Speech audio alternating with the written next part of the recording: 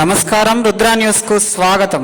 Paper leakage అయిన neat పరీక్షను కేంద్ర ప్రభుత్వం రద్దు చేయాలని డిమాండ్ చేస్తూ సిద్దిపేట జిల్లా హుస్నాబాద్ పట్టణంలో అంబేద్కర్ చౌరస్తాలో బీఆర్ఎస్ యువజన విభాగం ఆధ్వర్యంలో శనివారం రోజున నల్ల బాధ్యలు ధరించి నిరసన తెలిపారు. అంబేద్కర్ విగ్రహానికి వినతి పత్రం సమర్పించారు.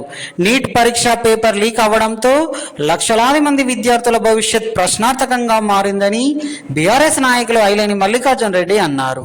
కేంద్ర ప్రభుత్వ నిర్లక్ష్య వైఖరితోనే పేపర్ లీకేజ్ అయిందని ఆరోపించారు. వెంటనే నీట్ పరీక్షను రద్దు చేసి మరోసారి ఇలాంటి లీకేజీలు కాకుండా పకడ్బందీ చర్యలు తీసుకోవాలని కేంద్ర ప్రభుత్వాన్ని డిమాండ్ చేశారు. ఈ కార్యక్రమంలో బీఆర్ఎస్ నాయకులు, కార్యకర్తలు తదితరులు పాల్గొన్నారు.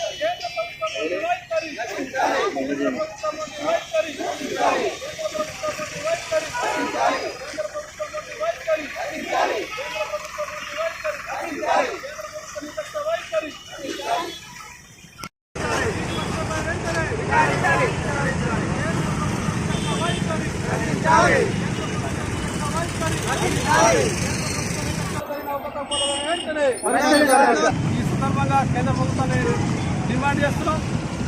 ఏదైతే రాష్ట్రంలో దేశంలోని దాదాపు 20 లక్షల మంది 25 లక్షల మంది వైద్య విద్య కోసం ప్రవేశాల కోసం జరిగిన పరీక్షల్లో జరిగిన అవకతవకలపై వల్ల అనేక మంది నష్టపోయారు. కాబట్టి వెంటనే కేంద్ర ప్రభుత్వం జోక్యం చేసుకొని ఏదైతే అవకతవకలు జరిగిన వారు వెంటనే చర్యలు తీసుకొని విద్యార్థులకు న్యాయం చేయాలని చెప్పేసి డిమాండ్ చేస్తున్నాం.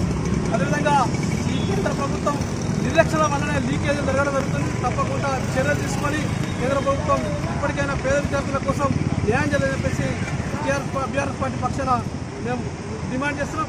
అదేవిధంగా ఈ లీకేజీల వల్ల అనేక మంది కష్టపడి చదువుకున్న విద్యార్థులు నష్టపోయే పరిస్థితులు కాబట్టి లీకేజీలు కాకుండా కేంద్ర రాష్ట్ర ప్రభుత్వం సురక్షణ బాధ్యత వాళ్ళని చెప్పేసి పోవడం జరుగుతుంది. ఎంతో కష్టపడి చదువుకొని మరి ఎంబీబీఎస్ సీట్ కోసం నీట్ పరీక్ష కోసం కష్టపడి వాళ్ళు ఇంటెన్సీ పరీక్ష రాయడం జరిగింది. మన రాసిన క్రమంలో కష్టపత్రం అనేది లీక్ అవడం అనేది ఎంతో సిగ్గుచేయటం. ఎందుకంటే వారు ఎంతో కోరికతోని రాసి మాకు సీట్ వస్తుంది అనుకోవడం ఉండడం జరిగింది. కానీ ఆ లీక్ అవడం వల్ల ప్రతి ఒక్కరి యొక్క మనోభావం దెబ్బతినడం జరిగింది.